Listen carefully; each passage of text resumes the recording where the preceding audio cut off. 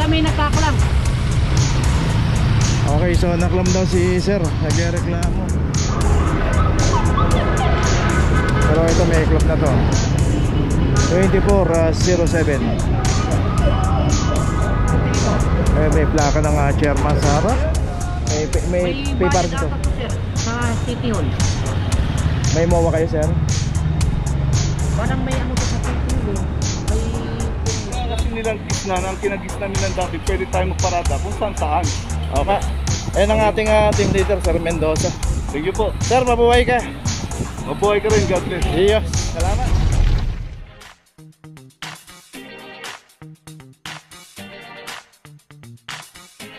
Papajo TV.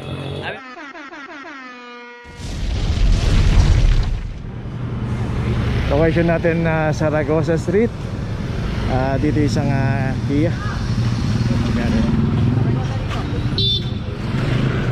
Dito yung isang Kia. Dito rin pumarada. Ito yung paboritong paradahan din dito, is Center Island ng Zaragoza Street. Ayan, from number 2427. Delpan. Okay, correction tayo, Delpan pala to. So sa kabila yung Zaragoza, Delpan corner Zaragoza. Center Island ng Delpan. Ayan, paboritong paradahan din to.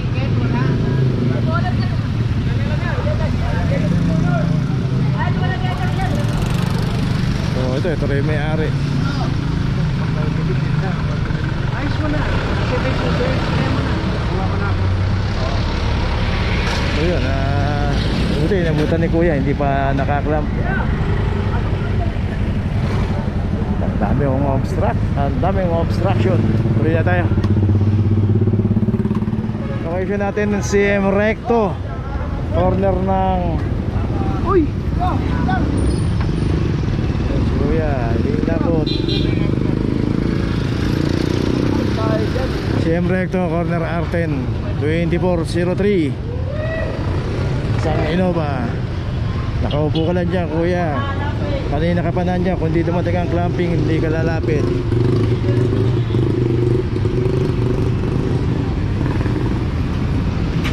So usually ganun naman po. Sanay na po tayo dyan sa mga nahuhuli. Pagka na-clamp, biglang darating si CB, nandiyan po. Pero nung hindi pa dumarating ang clamping, hindi po pinapansin, hindi umaalis. So wala pong planong alisin talaga. Kaya ito yung road team. Ayan po yung tulay ng papuntang tulay ng Delpan. Okay, na may notice na itong Innova. Tuloy na tayo. Okay, location natin Soler Street, corner Rizal Avenue. Dito isang Toyota Innova. At ito meron na rin aklam number 2432.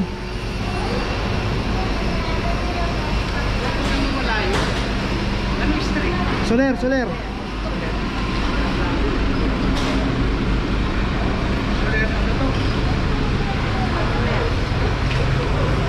Torres. So ito yung F. Torres, Rizal Avenue.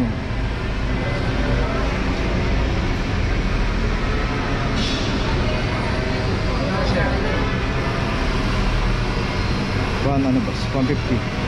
150.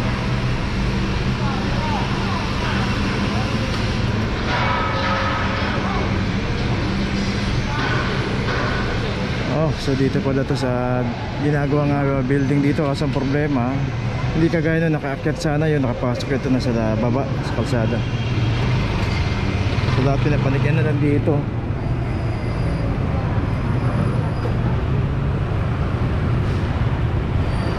So sana ito yung pagkakaparada ng Everest. Okay na sana to. Hindi na yan sana yung parada. Okay, location natin tayo mga corner Severino Reyes. At dito isang Honda BRB naman ang naklam dito, clam number 2317. Mga jeep. Pag wala pang tao, At ang araw may tao video ako Saan ho kayo naklap? Saan kayo naklap, boss?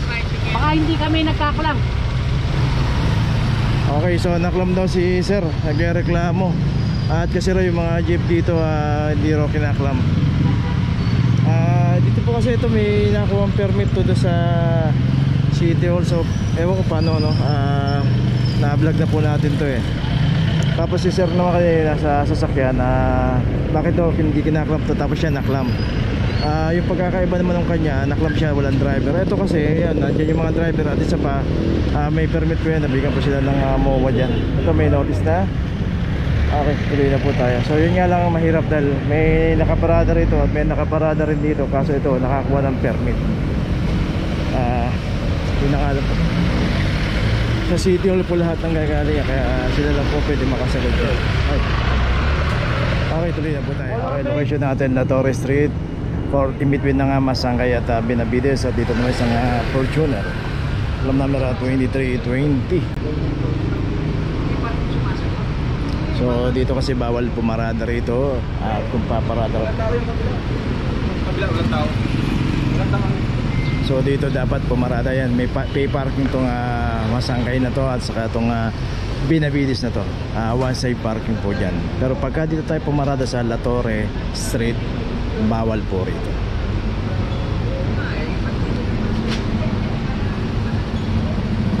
Okay, yung Fortuner may notice na. Tuloy na po tayo. Okay, meron pa yata rito.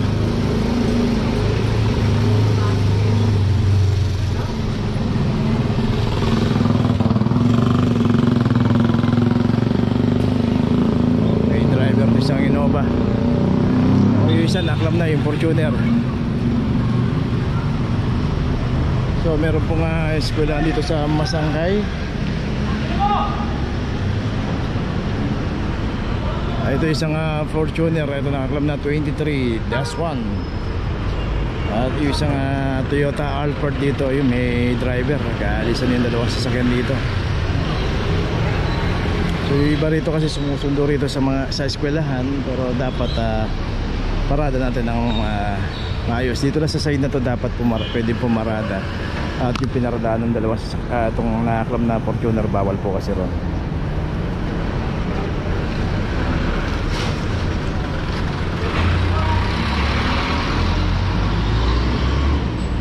Okay, sa Innova nakalis tayo. Isa naman maatras pa.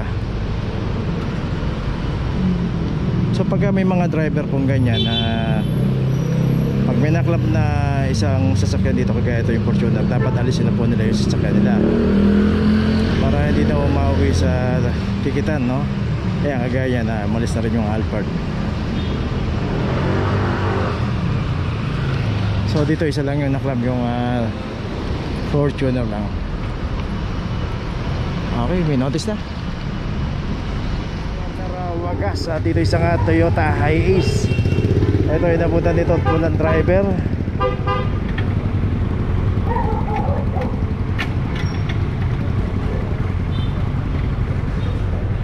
(23-6).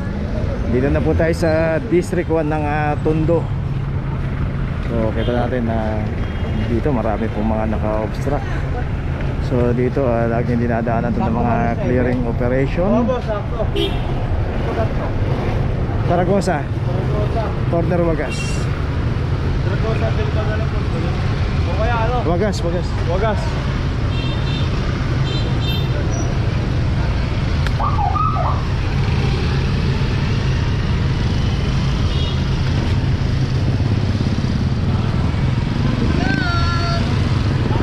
Okay, ito may notice na itong Hiace.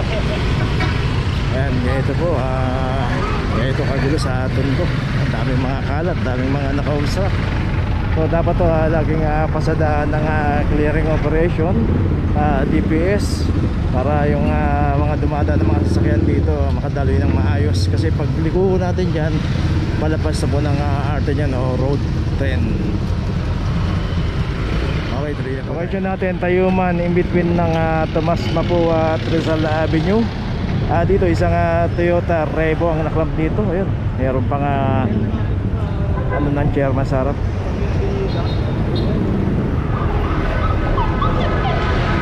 Pero ito may club na to, 2407. May plaka ng chairman sa harap. Hindi nga lang natin alam kung kay chairman nga to. Pero dito inabutan po kasi ng clamping operation yan na walang driver tong isang Revo na to.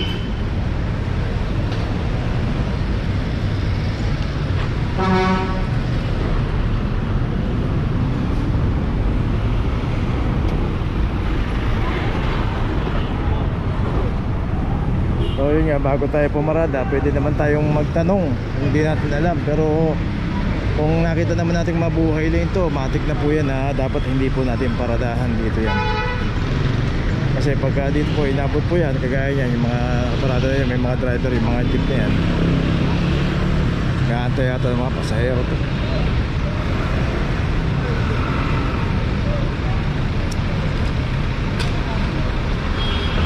Okay, itong Rebo may notice na. Tuloy na tayo. Location natin, Habanero Street, corner Madrid. Dito ngayon tayo sa Binondo area. Dito isang Canes Tonic naman ang naklam dito. 2404 para sa Canes Tonic. Ano Paps, ano?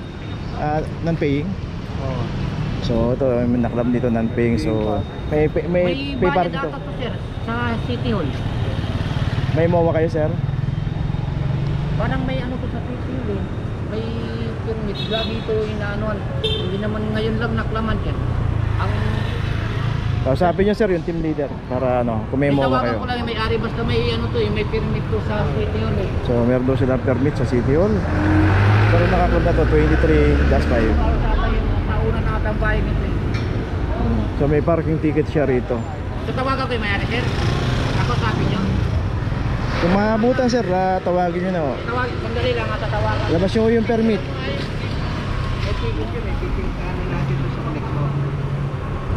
Ito. Boss, may permit daw sila. O kung may permit pa na po. Ayun nga, sabi ko labas na yung permit eh. Binabayaran mo. Tignan lang natin. So pag may permit naman, walang problema. Oo, asan? Yung permit kasi dito nilalagay yun. O kaya Oh, dyan dapat yung permit dito nakalagay sa nyo para makikita natin. sa loob ng dashboard, yung permit dapat dito nilalagay. So kung meron naman silang maipoprovide na permit dito, pwede naman tanggalin yung clamp. At dapat yung permit updated. So yung isang Canes Tonic doon, yung nakaklamp na yan. Tapos ito, yung isang Nissan X-Trail.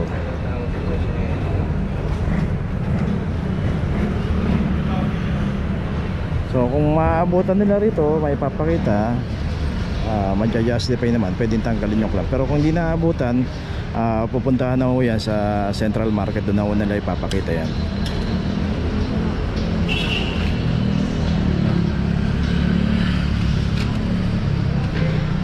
So yun, so wala pang dumarating na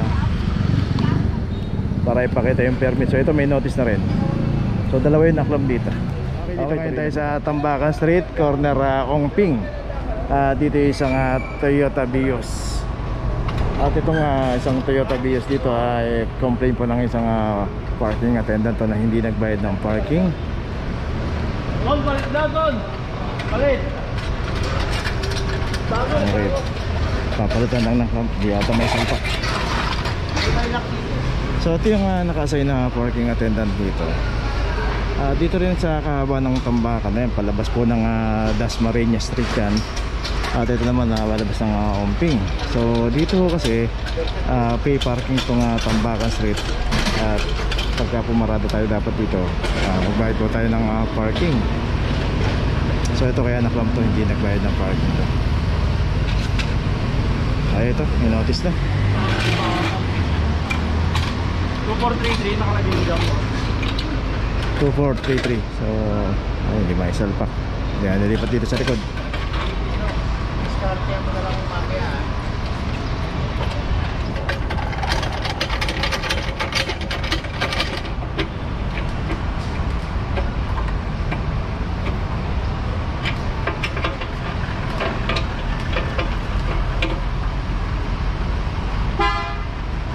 Okay, ito may clamp na rin. Tuloy na po tayo.